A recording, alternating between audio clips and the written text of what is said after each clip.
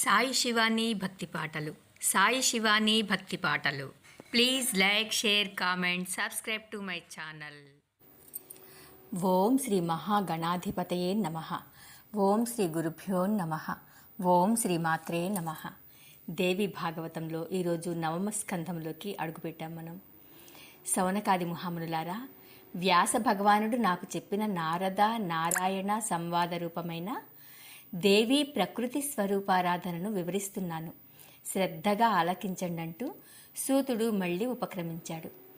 నారాయణుడు నారదుడితో చెబుతున్నాడు, విరించి తనయ, గణేశ జనని అయిన దుర్గా, రాధ, లక్ష్మి, సరస్వతి, సావిత్రి అని ప్రకృతి స్వరూపిణికి 5 రూప నామధేయాలున్నాయి.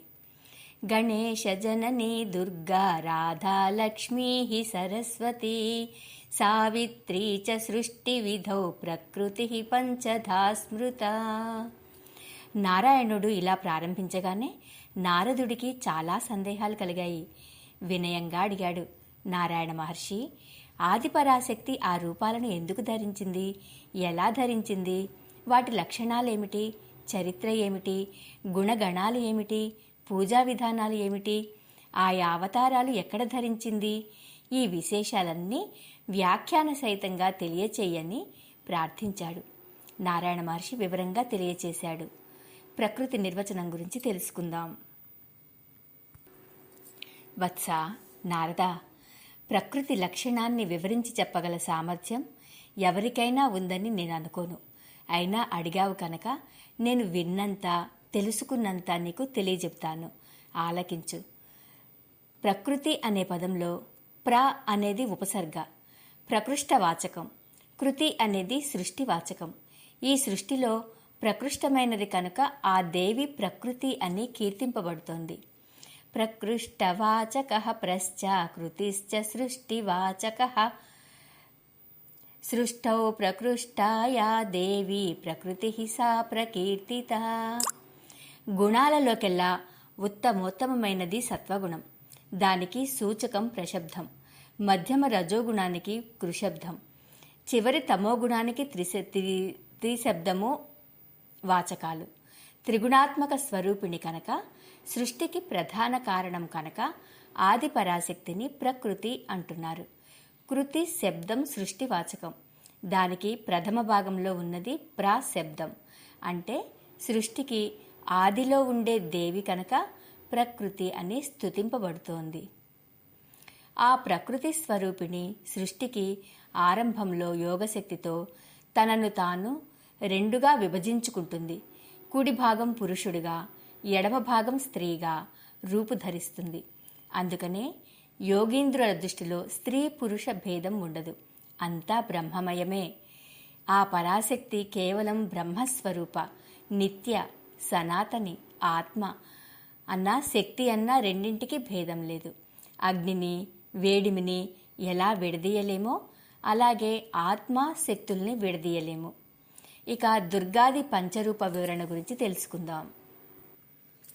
శ్రీకృష్ణుణ్ణి అవతరింపజేయడం కోసం లోకజనని 5 రూపాలు ధరించింది. ఒక్కొక్క రూపానికి మళ్లీ అనేక భేదాలు ఉన్నాయి. భక్తుల్ని అనుగ్రహించడం కోసం వారి అభ్యర్థనల మేరకు ఎన్నెన్నో అవతారాలు ధరించింది. వాటిల్లో మొదటి రూపం శివప్రియ, గణేశమాత, దుర్గా, శివరూప, విష్ణుమాయ, నారాయణి, పూర్ణ బ్రహ్మస్వరూపిణి, సర్వాధిష్టాత్రి, సర్వరూప, సనాతని, ధర్మసత్య, పుణ్యకీర్తి, యశో మంగళదాయిని, సుఖమోక్ష హర్షదాత్రి, శోకార్తి దుఃఖనాశిని, శరణాగత దీనార్త పరిత్రాణ పరాయణ, తేజస్వరూప, సర్వశక్తిస్వరూప, సిద్ధేశ్వరి, సిద్ధిరూప, సిద్ధిద, బుద్ధి, నిద్ర, క్షుత్తు, పిపాస, ఛాయ, తంద్ర, దయ, స్మృతి, జాతి, క్షాంతి, భ్రాంతి, శాంతి, కాంతి, చేతన, తుష్టి, పుష్టి, లక్ష్మి, ధృతి, మాయ ఇత్యాది రూప నామభేదాలతో కీర్తింపబడుతోంది అమ్మవారు.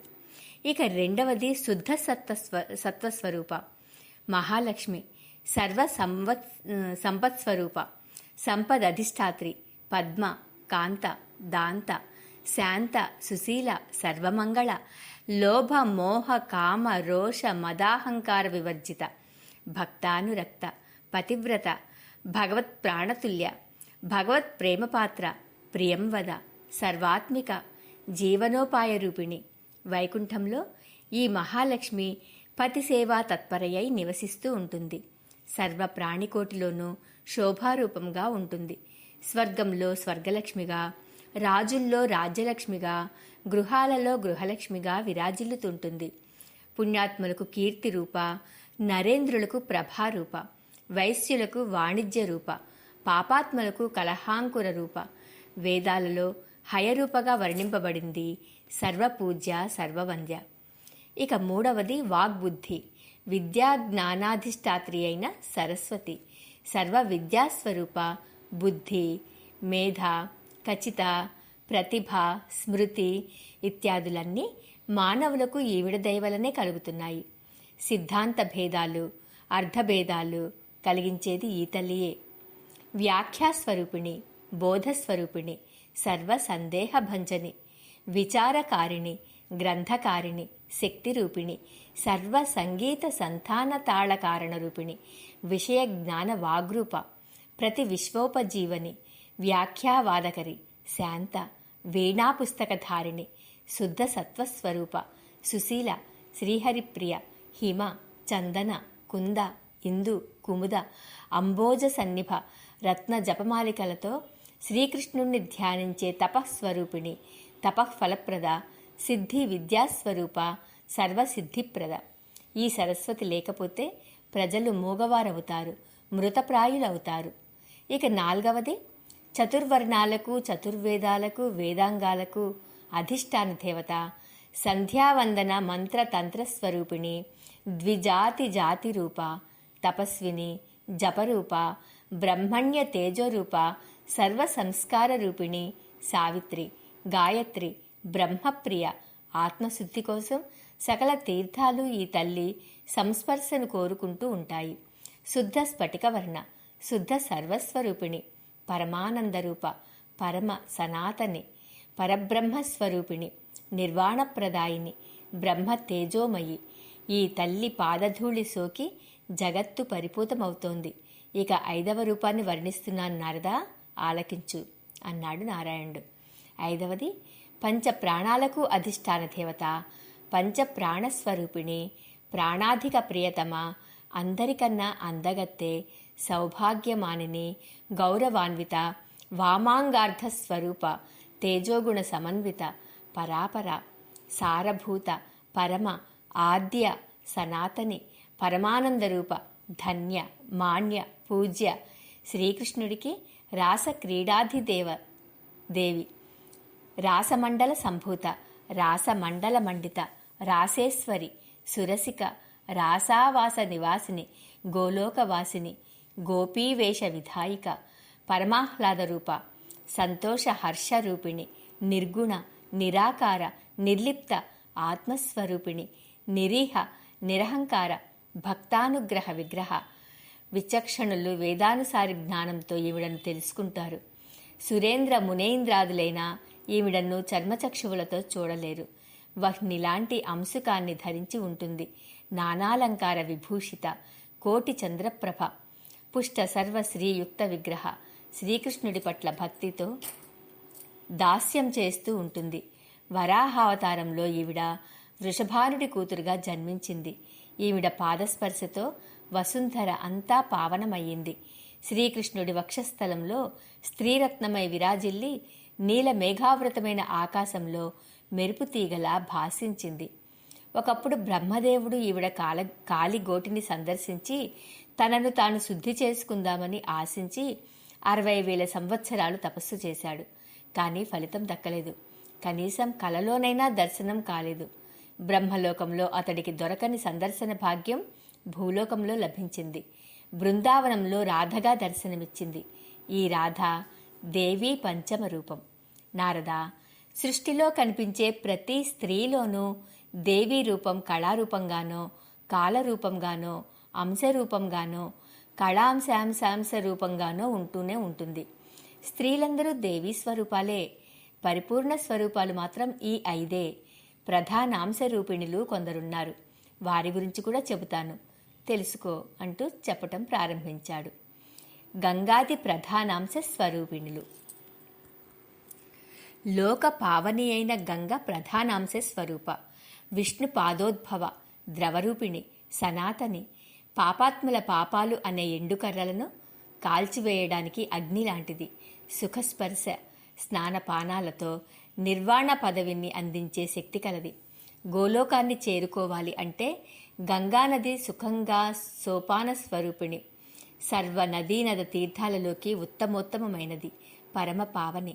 శివుడి జటాభారానికి కొసను వేలాడేట్టు అలంకరించిన ముత్యాల దండ. తపస్సులను శీఘ్రంగా సిద్ధింపచేసే పవిత్రురాలు. వెన్నెల్లలాగా, పాలలాగా, పద్మంలాగా స్వచ్ఛమైన నీళ్లతో శుద్ధ సత్వస్వరూపిణి, నిర్మల, నిరహంకార, సాధ్వి, నారాయణ ప్రియ. గోలోకస్థాన ప్రస్థాన సుఖ సోపాన రూపిణి, పవిత్ర రూపా తీర్థానాం సరితాం చ పరావరా. శంభుమౌళి జటామేరు ముక్తా పంక్తి స్వరూపిణి, తపస్సంపాదిని సద్యో భారతేషు తపస్వినాం. చంద్ర పద్మక్షీర నిభా శుద్ధ సత్వస్వరూపిణి, నిర్మలా నిరహంకార, సాధ్వి, నారాయణ ప్రియా. మరొక ప్రధానాంశ స్వరూపిణి తులసి. విష్ణుకామిని, విష్ణుభూషణ రూప, విష్ణు పాదస్థల నివాసిని. తపస్సంకల్ప పూజాదులను సిద్ధింపజేసే శక్తి కలది. పత్ర పుష్పాలలోకెల్లా ఉత్తమోత్తమైనది. దర్శన స్పర్శనలతో నిర్వాణ పదవిని ప్రసాదిస్తుంది. కలియుగంలో కలుషాలను దహించే అగ్ని. సకల తీర్థాలను పవిత్రీకరించే పరమ పావని. ఆత్మశుద్ధి కోసం తులసి దర్శన స్పర్శనాలను సకల సృష్టి ఆకాంక్షిస్తూ ఉంటుంది. తులసి లేకపోతే సత్కర్మలు కూడా నిష్ఫలమవుతాయి. తులసి మోక్షప్రద, సర్వకామద, భారత భూమిలో అవతరించిన కల్పవృక్షం. మరొక ప్రధానాంశ స్వరూప మనసాదేవి. కశ్యప ప్రజాపతి కూతురు. శంకరుడికి ప్రియ శిష్యురాలు. జ్ఞాన విశారద, అనంతుడికి సోదరి. నాగపూజిత, నాగేశ్వరి, నాగమాత, సుందరి, నాగవాహిని, నాగేంద్రగణ సంయుక్త, నాగభూషణ భూషిత, నాగేంద్రవందిత, నాగశాయిని, సిద్ధయోగిని, విష్ణురూప, విష్ణుభక్త, విష్ణు పూజాపరాయణ, తపస్వరూప, తపస్విని, తపఃఫలప్రదాయిని. 3 లక్షల దివ్య సంవత్సరాలు తపస్సు చేసి హరిని మెప్పించి తపస్వినులలోకెల్లా అగ్రగణ్యురాలు అయ్యింది. సర్వ మంత్రాది దేవత అయి బ్రహ్మ తేజస్సుతో ప్రకాశిస్తూ బ్రహ్మస్వరూపగా బ్రహ్మ భావనాతత్పరగా విరాజిల్లుతోంది. కృష్ణాంశ సంభవుడైన జరత్కారు మునీశ్వరుడికి ఇల్లాలై ఆస్తికుడికి జన్మనిచ్చింది. ఆస్తికుడు మునిప్రవరుడయ్యాడు. నారద మరొక ప్రధానాంశ సంభూత దేవసేన. మాతృకలలోకెల్లా పూజ్యురాలు. ప్రకృతిలో 6వ కళ. అందుకని షష్ఠి అని కీర్తింపబడుతోంది. త్రిజగద్ధాత్రి, పుత్ర పౌత్రాది వృద్ధి ప్రదాత్రి. ఈవిడ వృద్ధరూపిణి, యోగిని, శిశుగణ సంరక్షక. పురిటింటిలో 6వ రోజున 21వ రోజున అర్చించాలి. అటుపైని ఏడాది దాటే వరకు నెల నెలా పూజించాలి.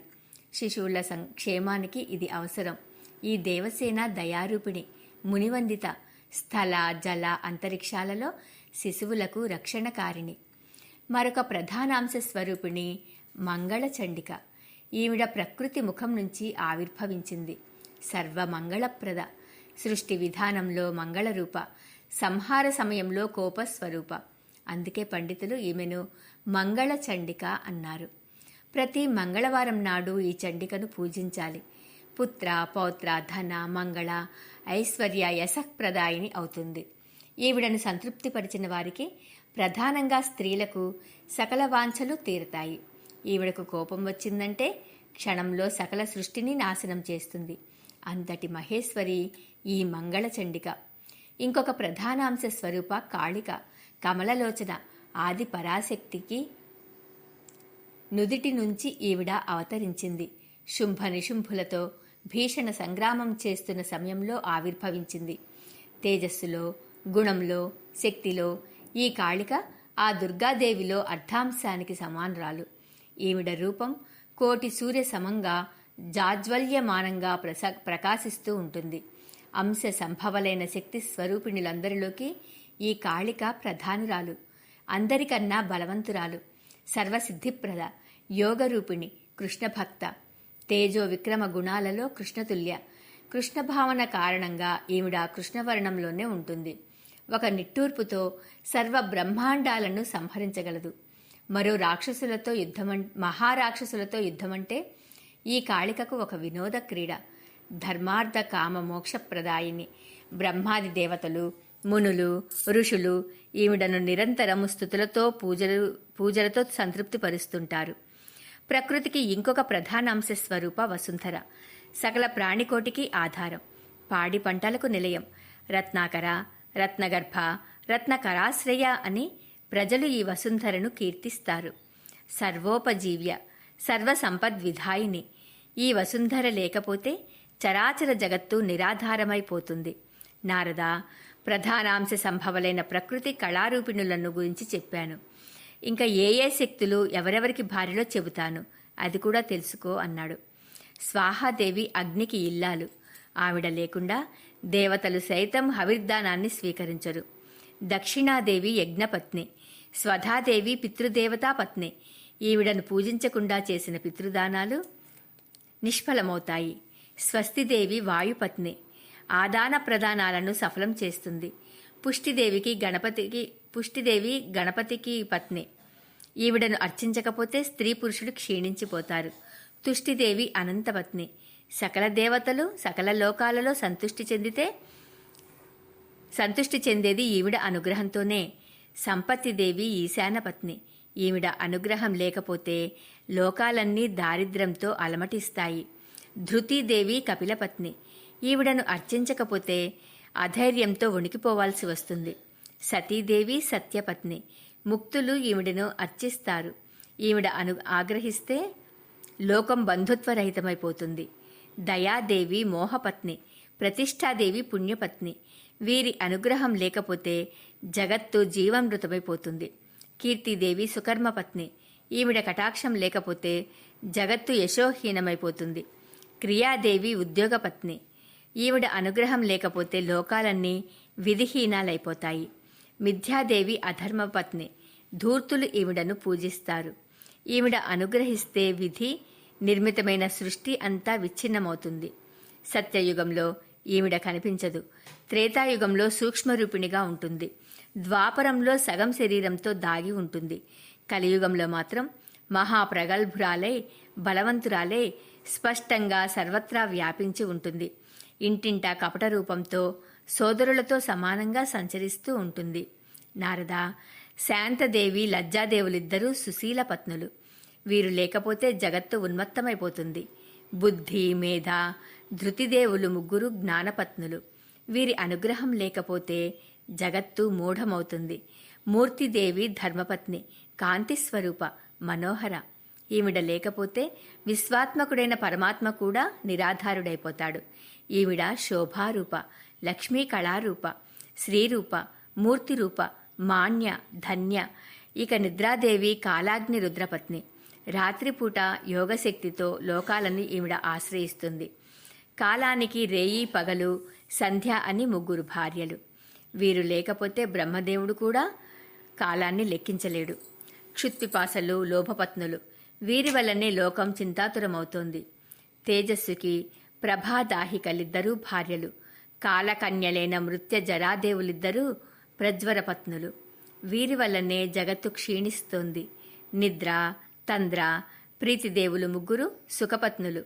సకల ప్రాణికోటిని అలసట నుంచి తీర్చి ఉత్తేజపరుస్తారు. శ్రద్ధాభక్తులు, వైరాగ్య భార్యలు. వీరు కారణంగానే లోకం జీవన్ముక్తమవుతోంది.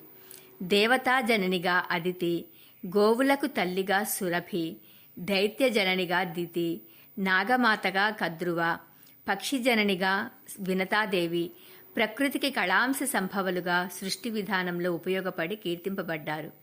ఇంకా ఇటువంటి కళాంశాలు చాలా ఉన్నాయి. వాటిలో కొన్ని చెబుతాను, తెలుసుకో.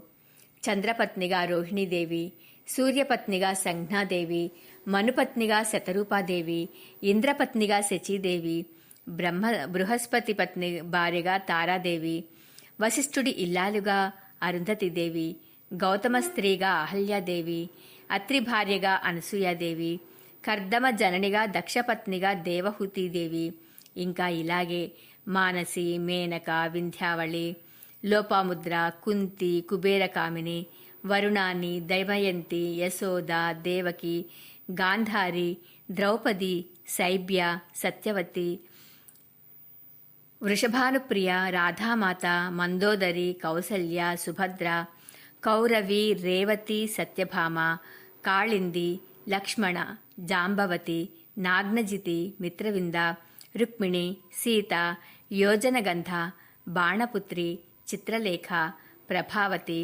భానుమతి, మాయావతి, రేణుక, రోహిణి, ఏకానంద, వీరంతా ఆది పరాశక్తి దుర్గకు అంశ సంభవలే. ఇంకా లోకంలో ఉన్న గ్రామదేవతలంతా కళాంశాంశ సంభూతలే, లోకాలకు ప్రియం కలిగించే తల్లులే. నారద, లోకంలో స్త్రీలంతా అమ్మవారికి అంశావతారాలే కనుక స్త్రీలను అవమానిస్తే ప్రకృతిని పరాభవించినట్టే. వారిని అర్చించిన వనితలు పతి పుత్రవతులై సుఖ సంతోషాలు పొందుతారు. వస్త్రాలంకార చందనాదులతో కుమారీ పూజ చేసిన, అంటే 8 ఆడపిల్లకి ముత్తైదువులను అర్చించిన, అది ప్రకృతి మాతకు చేసిన ఆరాధనగా మంగళప్రదమవుతుంది. నారద, ఈ ప్రకృతి కళాంశ సంభూతులైన స్త్రీమూర్తులలో ఉత్తమ, మధ్యమ, అధమ భేదాలున్నాయి. సత్వగుణ ప్రధానలై సౌశీల్యం గల పతివ్రతలు ఉత్తమ శ్రేణికి చెందుతారు. రజోగుణ ప్రధానలై సుఖ సంభోగ వివసలై స్వకార్య తత్పరలైన స్త్రీలు మధ్యమ శ్రేణి. తమోగుణ ప్రధానలై అజ్ఞాతకుల సంభవలై దుర్మఖలై కలహప్రియలై ధూర్తలై స్వతంత్రలై కుల గౌరవ వినాశకలైన వారు అధమ శ్రేణికి చెందుతారు. భూలోకంలో వేశ్యలు, స్వర్లోకంలో అప్సరసులు ఈ కోవకి వస్తారు. వీరిలో దుర్గాదేవిని ప్రప్రథమంగా సురథుడు అర్చించాడు. అటుపైని రావణవధ సమయంలో రాముడు ఉపాసించాడు. ఈ దుర్గ దక్షుడికి కూతురుగా జన్మించి దానవ సంహారం చేసింది. శివనింద వినలేక, తండ్రి ఇంటిలో జరిగిన అవమానాన్ని తాళలేక దేహం చాలించింది. హిమవంతుడికి పార్వతిగా జన్మించింది. తపస్సు చేసి శివుణ్ణి భర్తగా పొందింది. కృష్ణ స్వరూపుడైన వినాయకుడికి, విష్ణు కళా సంభవుడైన కుమారస్వామికి జన్మనిచ్చింది. మరొక కాలంలో సావిత్రీ రూపిణిగా అశ్వపతి పూజలు, లక్ష్మీ స్వరూపిణిగా మంగళ భూపాలుడి పూజలు మున్ముందుగా అందుకొంది. ఆ పైని సర్వదేవతలు, సకల మునీశ్వరులు అర్చించారు. అలాగే సరస్వతీ రూపంగా బ్రహ్మదేవుడి సేవలు అందుకుంది. దేవ దైత్య మానవ జాతులతో సేవింపబడింది. అటుపైని ఆదిపరాశక్తి రాధాదేవిగా గోలోకంలో రాసమండల పూజలు గైకొంది.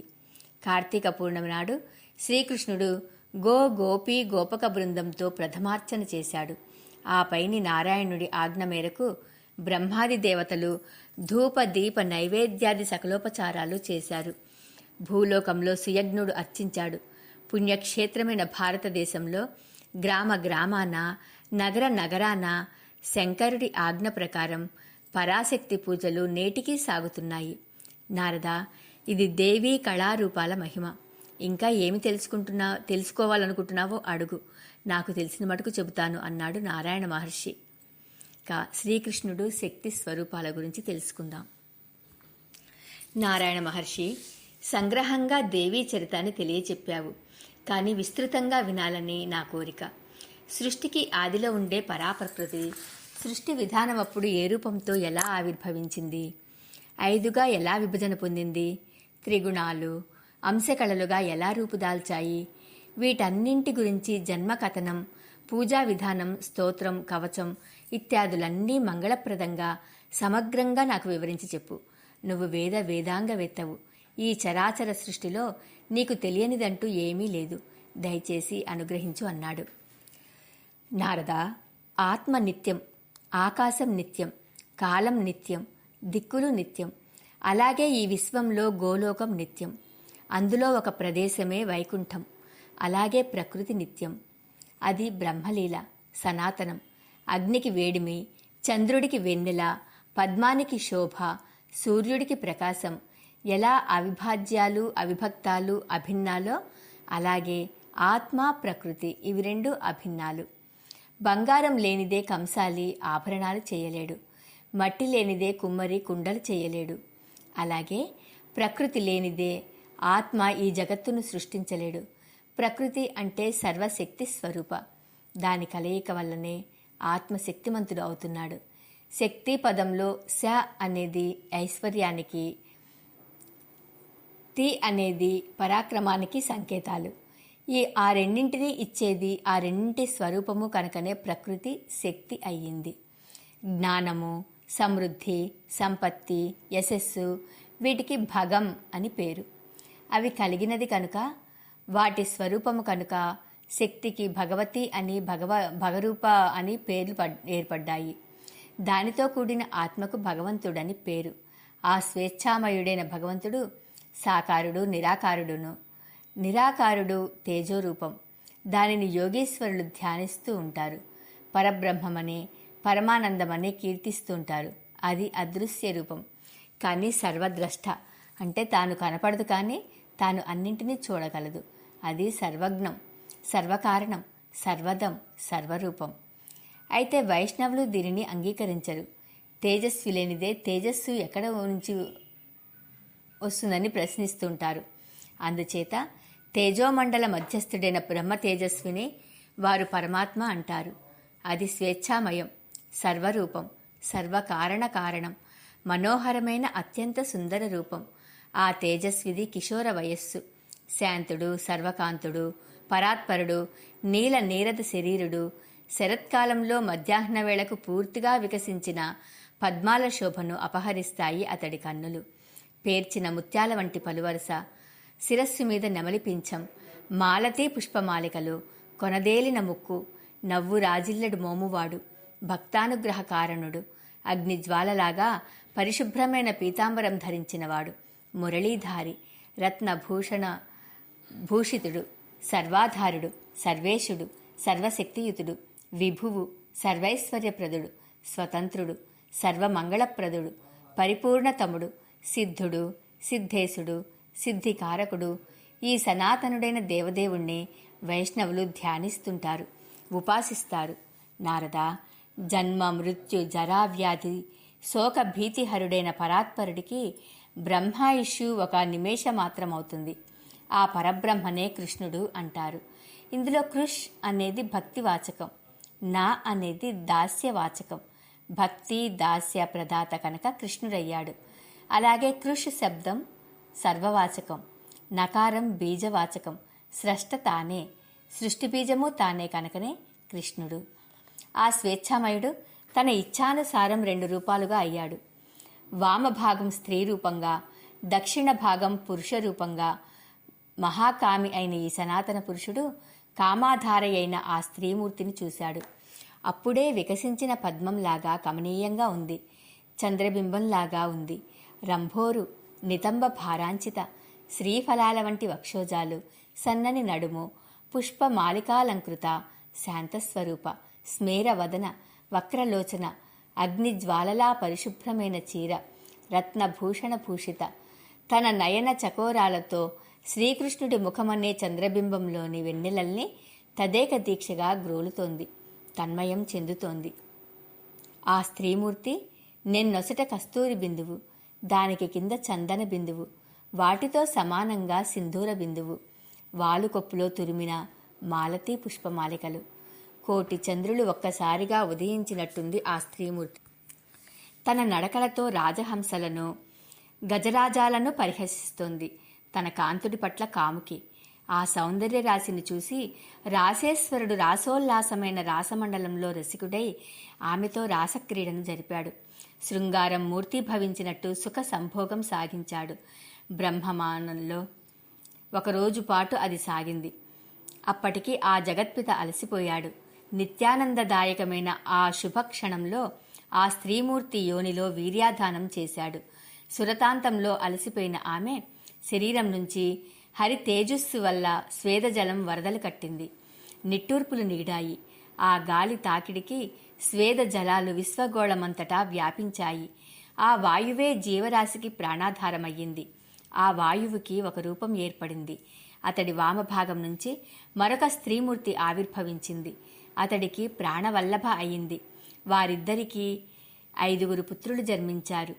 అవే పంచప్రాణవాయువులు: ప్రాణ, అపాన, సమాన, ఉదాన, వ్యాన వాయువులు. ఆ స్వేద జలానికి అధిదేవతగా వరుణుడు ఆవిర్భవించాడు. అతడికి వామభాగం నుంచి స్త్రీమూర్తి అవతరించింది, వరుణవల్లభ వరుణాని. ఆ చిచ్చక్తి కృష్ణాదేవి కృష్ణగర్భాన్ని ధరించింది. శతమన్వంతరాలు బ్రహ్మ తేజస్సుతో ప్రకాశించింది. ఆవిడ కృష్ణుడికి ప్రాణాధిదేవి, ప్రాణాధిక ప్రియ, నిరంతర కృష్ణ సంగిని. ఎప్పుడూ కృష్ణుడి వక్షస్థలం మీదనే ఉండేది. శతమన్వంతరాలు గడిచాక కృష్ణాదేవి ఒక మగబిడ్డను ప్రసవించింది. ఆ శిశువు బంగారపు రంగులో ఉన్నాడు. అతడే విశ్వాధారాలయుడు. ఆ బిడ్డను చూస్తూనే కృష్ణాదేవికి హృదయం భగభగలాడింది. బ్రహ్మాండ గోళమంతటా నిండి ఉన్న మహాజలంలోకి విసిరేసింది. కృష్ణుడు హాహాకారాలు చేశాడు. వెంటనే శపించాడు. ఓసి నిష్ఠురా, బిడ్డను నీళ్లల్లోకి విసిరేశావా? ఈ పాపానికి ఫలం అనుభవించు. ఇంక నీకు బిడ్డలు పుట్టరు, ఇది నిశ్చయం. ఇంతేకాదు, నీ అంశరూపాలుగా జన్మించిన అప్సరసలు కూడా నిత్య యవ్వనలుగా ఉండపోతారే తప్ప వారికి కడుపు పండదు అని కఠినంగా శపించాడు. అదే క్షణంలో కృష్ణాదేవి జిహ్వాగ్ర భాగం నుంచి హఠాత్తుగా ఒక కన్య ఆవిర్భవించింది. తెల్లని రంగులో మనోహరంగా ఉంది. తెల్లని వస్త్రాలు ధరించింది.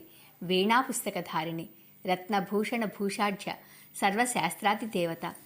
అటుపైని కొంతకాలానికి ఆవిడ 2 రూపాలు ధరించింది. వామభాగం నుంచి లక్ష్మీదేవి, దక్షిణ భాగం నుంచి రాధాదేవి ఆవిర్భవించారు. అది చూసి పరాత్పరుడు కృష్ణుడు ద్విధారూపాలు ధరించాడు. వామభాగం నుంచి చతుర్భుజుడు, దక్షిణ భాగం నుంచి ద్విభుజుడు అవతరించారు. వాణిని ద్విభుజుడికి కామినిగా, రాధను ఆమెకు తోడుగా నియమించి వారిని అక్కడే ఉండమని ఆశీర్వదించి చతుర్భుజుడికి, నారాయణుడికి, లక్ష్మీదేవిని జతపరిచి కృష్ణుడు వారితో కలిసి వైకుంఠానికి వెళ్ళిపోయాడు. అక్కడ వాణి, ఇక్కడ లక్ష్మి, ఇద్దరికీ సంతానం కలగలేదు. అప్పుడు చతుర్భుజ నారాయణుడి శరీరం నుంచి చతుర్భుజులైన పార్షదులు చాలామంది ఆవిర్భవించారు. అందరూ రూపంలో, తేజస్సులో, వయస్సులో నారాయణుడికి ముమ్మూర్తులా ప్రతిబింబాలు. అలాగే లక్ష్మీదేవి శరీరం నుంచి దాసీజనం కోటి సంఖ్యలో అవతరించారు. అక్కడ గోలోకంలో ఆ గోలోకనాథుడి రోమ కూపాల నుంచి అసంఖ్యాకంగా గోపకులు ఆవిర్భవించారు. అందరూ ముమ్మూర్తులా ఆ ద్విభుజుడైన గోలోకనాథుడిలాగానే ఉన్నారు. ఆ పార్షదులందరూ అతడికి ప్రాణప్రియులయ్యారు. అలాగే రాధాదేవి శరీరంలో రోమకోపాల నుంచి గోపకన్యకులు ఆవిర్భవించారు. అందరూ రాధాదేవిలాగానే ఉన్నారు. అదే రూపం, అదే వయస్సు, అదే ఆభరణాధికం. నారద, అలనాటి కృష్ణ శాపం కారణంగా వైకుంఠంలో గానీ గోలోకంలో గానీ ఏ వనితకు కడుపు పండలేదు. అంతలోకి కృష్ణప్రియ, విష్ణుమాయ, సనాతని, ఆ దుర్గాదేవి హఠాత్తుగా ప్రత్యక్షమయ్యింది. ఆదిపరాశక్తి, నారాయణప్రియ, సర్వశక్తి స్వరూపిణి, బుద్ధికి అధిష్టాన దేవత, దేవీ స్వరూపాలకు అన్నింటికీ బీజరూప, మూల ప్రకృతి, ఈశ్వరి, పరిపూర్ణతమ, తేజస్వరూపిణి, త్రిగుణాత్మిక, తప్త కాంచన వర్ణ, కోటి సూర్య సమప్రభ, ఈషత్ హాస్య ప్రసన్నవదన, సహస్రభుజ సంయుత, త్రిలోచన, నానా శస్త్రాస్త్రధారిణి, రత్నభూషణ భూషిత, అగ్నిజ్వాలల, విశుద్ధ వస్త్రాలంకృత. సకల స్త్రీలు ఆమె కళాంశాంశ రూపాలు. ఆవిడ మాయకు సమస్త లోకాలు సమ్మోహితమవుతాయి. సర్వైశ్వర్య ప్రదాత్రి, కృష్ణ భక్తిప్రద, వైష్ణవులకు వైష్ణవి, ముముక్షువులకు మోక్షప్రదాయిని, భోగులకు సుఖప్రదాయిని. స్వర్గంలో స్వర్గలక్ష్మిగా, గృహంలో గృహలక్ష్మిగా కీర్తింపబడుతుంది. తపస్సులకు తపస్యాస్వరూప, రాజులలో శ్రీరూప, అగ్నిలో దాహక శక్తి, భాస్కరుడిలో ప్రభారూప, చంద్రుడిలో శోభారూప, పద్మాలలో శోభన రూప, పరమాత్మ అయిన శ్రీకృష్ణుడిలో సర్వశక్తి స్వరూప. ఆ పరమాత్మ ఆమె వల్లనే శక్తిమంతుడవుతున్నాడు. ఈ జగత్తు ఆమె వల్లనే శక్తిమంతమవుతోంది. ఆమెయే లేకపోతే జగత్తు మృతప్రాయమే. ఈ సంసార మహావృక్షానికి ఆ సనాతని బీజరూప, స్థితిరూప, వృద్ధిరూప, ఫలరూప. సనాతని ఆ దుర్గాదేవి హఠాత్తుగా ప్రత్యక్షమైంది. ఆది పరాశక్తి, నారాయణ ప్రియ, సర్వశక్తి స్వరూపిణి, బుద్ధికి అధిష్టాన దేవత, దేవీ స్వరూపాలకు అన్నింటికీ బీజరూప, మూల ప్రకృతి, ఈశ్వరి, పరిపూర్ణతమ, తేజస్వరూపిణి, త్రిగుణాత్మిక, తప్త కాంచన వర్ణ, కోటి సూర్య సమప్రభ, ఈషత్ హాస్య ప్రసన్నవదన, సహస్రభుజ సంయుత, త్రిలోచన, నానా శస్త్రాస్త్రధారిణి, రత్నభూషణ భూషిత, అగ్నిజ్వాలల, విశుద్ధ వస్త్రాలంకృత. సకల స్త్రీలు ఆమె కళాంశాంశ రూపాలు. ఆవిడ మాయకు సమస్త లోకాలు సమ్మోహితమవుతాయి. సర్వైశ్వర్య ప్రదాత్రి, కృష్ణ భక్తిప్రద, వైష్ణవులకు వైష్ణవి, ముముక్షువులకు మోక్షప్రదాయిని, భోగులకు సుఖప్రదాయిని. స్వర్గంలో స్వర్గలక్ష్మిగా, గృహంలో గృహలక్ష్మిగా కీర్తింపబడుతుంది. తపస్సులకు తపస్వాస్య రూప, రాజులలో శ్రీరూప, అగ్నిలో దాహక శక్తి, భాస్కరుడిలో ప్రభారూప, చంద్రుడిలో శోభారూప, పద్మాలలో శోభన రూప, పరమాత్మ అయిన శ్రీకృష్ణుడిలో సర్వశక్తి స్వరూప. ఆ పరమాత్మ ఆమె వల్లనే శక్తిమంతుడవుతున్నాడు. ఈ జగత్తు ఆమె వల్లనే శక్తిమంతమవుతోంది. ఆమెయే లేకపోతే జగత్తు మృతప్రాయమే. ఈ సంసార మహావృక్షానికి ఆ సనాతని బీజరూప, స్థితిరూప, వృద్ధిరూప, ఫలరూప. ఆ క్షుత్పిపాసా దయారూపిణి, ఆ నిద్రా తంద్రా క్షమామతి స్వరూపిణి, ఆ శాంతి లజ్జా తుష్టి పుష్టి భ్రాంతి కాంత్యాది రూపిణి, ఆది పరాశక్తి సర్వేశ్వరుడైన కృష్ణ పరమాత్మను స్తుతించి ఎట్ట ఎదుట నిలబడింది. రాధికేశ్వరుడు రత్నసింహాసనం సమర్పించాడు. అదే సమయానికి నారాయణుడి నాభికమలం నుంచి వనితా సమేతుడే చతుర్ముఖుడు ఆవిర్భవించాడు. కమండలము ధరించి ఉన్నాడు. మహాతపస్వి, మహాజ్ఞాని, బ్రహ్మ తేజస్సుతో విరాజిల్లుతున్నాడు. 4 ముఖాలతోనూ నారాయణుడిని స్తుతించాడు. అంతలోకి కృష్ణుడు ద్విధారూపుడయ్యాడు. వామార్థం నుంచి మహాదేవుడు, దక్షిణార్థం నుంచి గోపికావతి ఆవిర్భవించారు. మహాదేవుడు శుద్ధ స్ఫటికంలాగా ఉన్నాడు. శతకోటి సూర్య ప్రభా సమన్వితుడై వెలిగిపోతున్నాడు. త్రిశూలాన్ని పట్టిశాన్ని ధరించాడు. పులితోలును వస్త్రంగా కట్టుకున్నాడు. రాగి తీగల్లాగా ఉన్న జుట్టు గుబురుగా జడలు కట్టింది. శరీరమంతా భస్మం. స్మేర వదనార విందుడు, చంద్రశేఖరుడు, త్రినేత్రుడు, దిగంబరుడు, నీలకంఠుడు, సర్పభూషణుడు, కుడి చేతిలో రత్నమాలిక, పంచవక్త్రుడై కృష్ణ పరమాత్మను స్తుతిస్తున్నాడు. సముచిత రత్న సింహాసనం మీద కూర్చున్నాడు. మరి ఈ రోజుతో తెలుసుకున్నామండి. రేపటి రోజున విరాట్ స్వరూపుడు గురించి తెలుసుకుందాం. ఓం శ్రీమాత్రే నమః.